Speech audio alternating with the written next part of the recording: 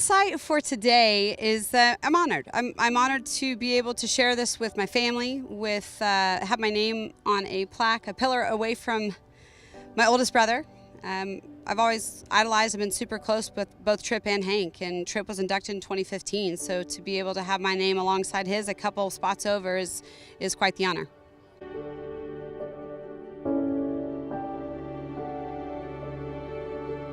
Watching Tripp get inducted into the Texas Golf Hall of Fame in 2015 was incredible. The entire family came down. We had a chance to share that with him.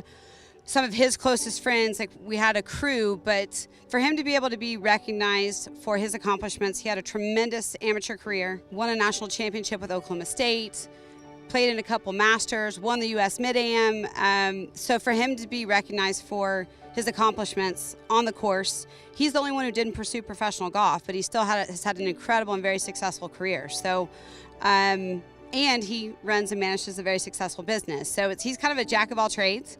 And I just remember going to the golf course every day, and Tripp was the first one in line, then Hank, and then me. It was based on age, based on not height eventually, because Hank got super tall. But I remember going to the golf course every day with my brothers, and to be able to have my name on the 2017 plaque, a couple down from my oldest brother, is a really cool thing.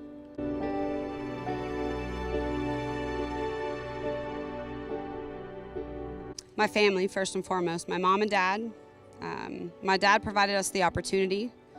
My mom got us everywhere we needed to get. She was the taxi driver, the chef, the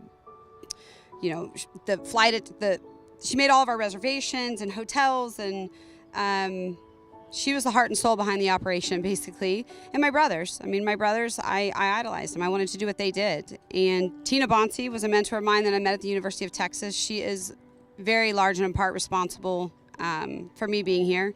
She passed away a couple years ago, but I know she is definitely looking down on me right now, smiling. She caddied for me when I won the British Am. So those would be the first, my family and Tina Bonsi, Hank Kuehne and Tracy Phillips were my coaches and instructors. They definitely had a huge impact and a huge role on me being here as well.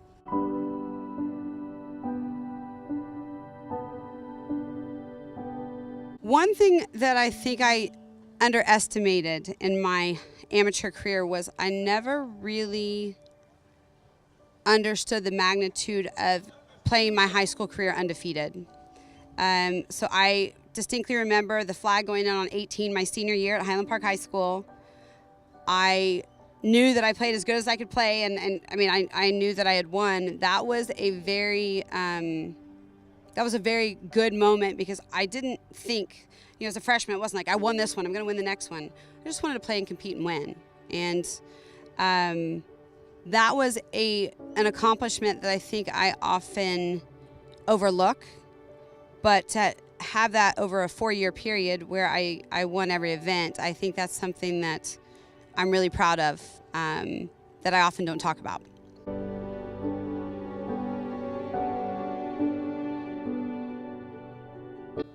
I was walking around inside and walking around all the pillars today looking at the names, and it is truly an honor to be amongst them. I grew up studying Ben Hogan.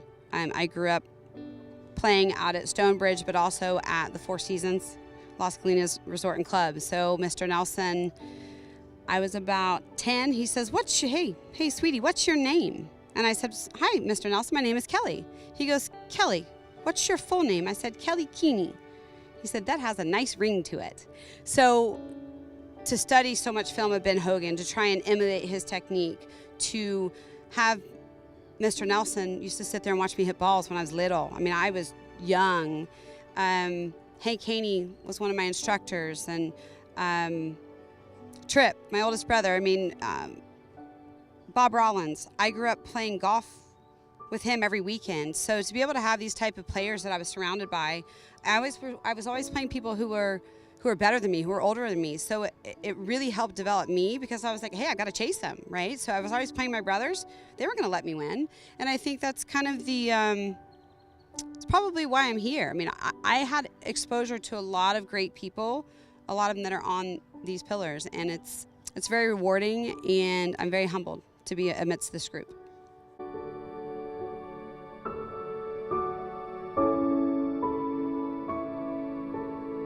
You know, I believe, and what I was taught growing up, the harder you work, the luckier you get. It's not supposed to come easy. If it was easy, anyone can do it. And I know that that's how I was raised. And the thought never occurred to me that I couldn't win or that I couldn't be the best. I was like, there's a trophy. I like it. I want to play. I'm going to figure out how to win. And I think the discipline that it takes, yes, you're going to miss some things, but the reward at the end of it is you have a game that you can play for the rest of your life. Golf is not only, it's hard, but it's also something that you can correlate and relate it to life. And if you put in the time with golf, you're going to get rewarded in the dividends and in the outcome of shooting lower scores. And there's so much opportunity right now for young amateur female golfers with colleges, and it's a great business tool to have. It's a great, it's something that can stay with you forever. So, I mean, give it a whirl. And some people love golf. Some people don't quite take to it, you know, but make it fun. Play 9 holes.